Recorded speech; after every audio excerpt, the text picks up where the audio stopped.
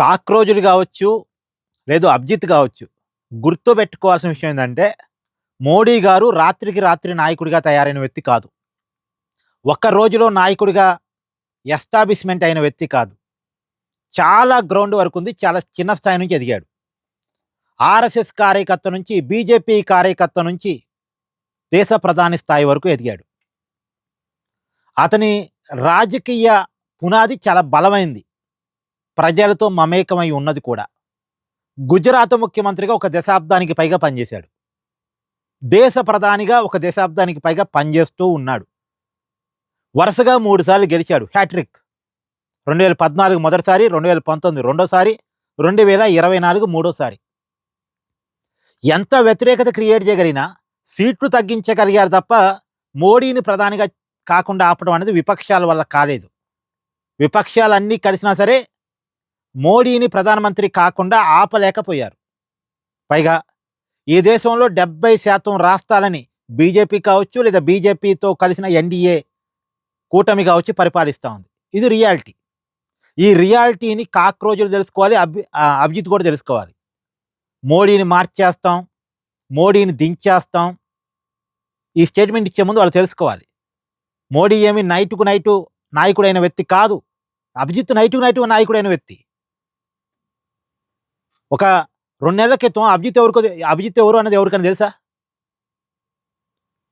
ఎవరికీ తెలియదు. నైటుకు నైటు నాయకుడయ్యాడు. ఒక కామెంట్ వల్ల, కాక్రోజులు అని చీఫ్ జస్టిస్ ఆఫ్ ఇండియా గారు నిరుద్యోగుల్ని అనటం వల్ల నిరుద్యోగుల్లో ఒకసారిగా కోపం వచ్చింది. ఆ రోజు అభిజిత్ క్రియేట్ చేసిన సోషల్ మీడియా పేజీకి మద్దతు వచ్చింది. తర్వాత నీట్ పేపర్ లీక్ అని పట్టుకున్నాడు, ఉద్యమం చేశాడు. ఓకే, అక్కడ అభిజిత్ చేసిన పోరాటాన్ని మనం అభినందించాలి. దానివల్ల అభిజిత్కు ఒక మంచి పేరు వచ్చింది. ఆ పేరుని అలా నిలబెట్టుకోవాలి.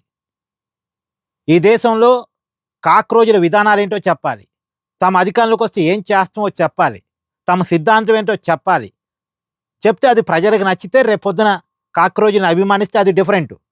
కానీ ఇప్పటికిప్పుడు వచ్చిన పాపులారిటీ ఆధారంగా మేము మోడీని దించేస్తాం, బీజేపీని దించేస్తాం అంటే ఈ కాక్రోజుల పోరాటం అంటే బీజేపీని దించడం కోసమా? ఇప్పుడు సిజేఐ గారి కామెంట్స్తో పుట్టలేదు ఇది. అయితే ఈ లెక్క ప్రకారం వాళ్ళు చెప్తున్న దాని ప్రకారం అయితే చీఫ్ జస్టిస్ గారి కామెంట్స్ ఆధారంగా ఈ పార్టీ పుట్టలేదు. మోడీ గారిని అధికారం నుంచి దించాలని పుట్టింది. అంతేనా? కాక్రోజుల టార్గెట్ మోడీ గారిని దించడమేనా? దానికోసమేనా? ప్రజల కోసం, ప్రజా సమస్యల కోసం కాదు వాళ్ళ పోరాటం. మోడీని వ్యతిరేకించడం కోసం, మోడీని అధికారం నుంచి దించడం కోసం వాళ్ళ పోరాటం. అది చెప్పదలుచుకున్నారు వాళ్ళు. సో రియాలిటీకి భిన్నంగా ఉండకూడదు. సమస్య మీద మాట్లాడాలి, సమస్య మీద పోరాడాలి, ప్రజల కోసం నిలబడాలి, ప్రజా సమస్యల మీద నిలబడాలి. అప్పుడు ప్రజలు మెచ్చుతారు, నచ్చుతారు.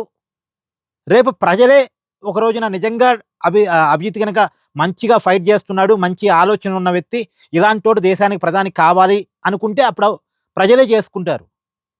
ఈ దేశంలో ప్రజలే మోడీ గారిని ప్రధాని చేసింది ఈ దేశ ప్రజలు. అంతకుముందు మోడీ గారిని గుజరాత్ ముఖ్యమంత్రిగా చేసింది ఈ దేశ ప్రజలు. రేపు మోడీ గారిని వద్దు అనుకోవాల్సింది కూడా ఈ దేశ ప్రజలే.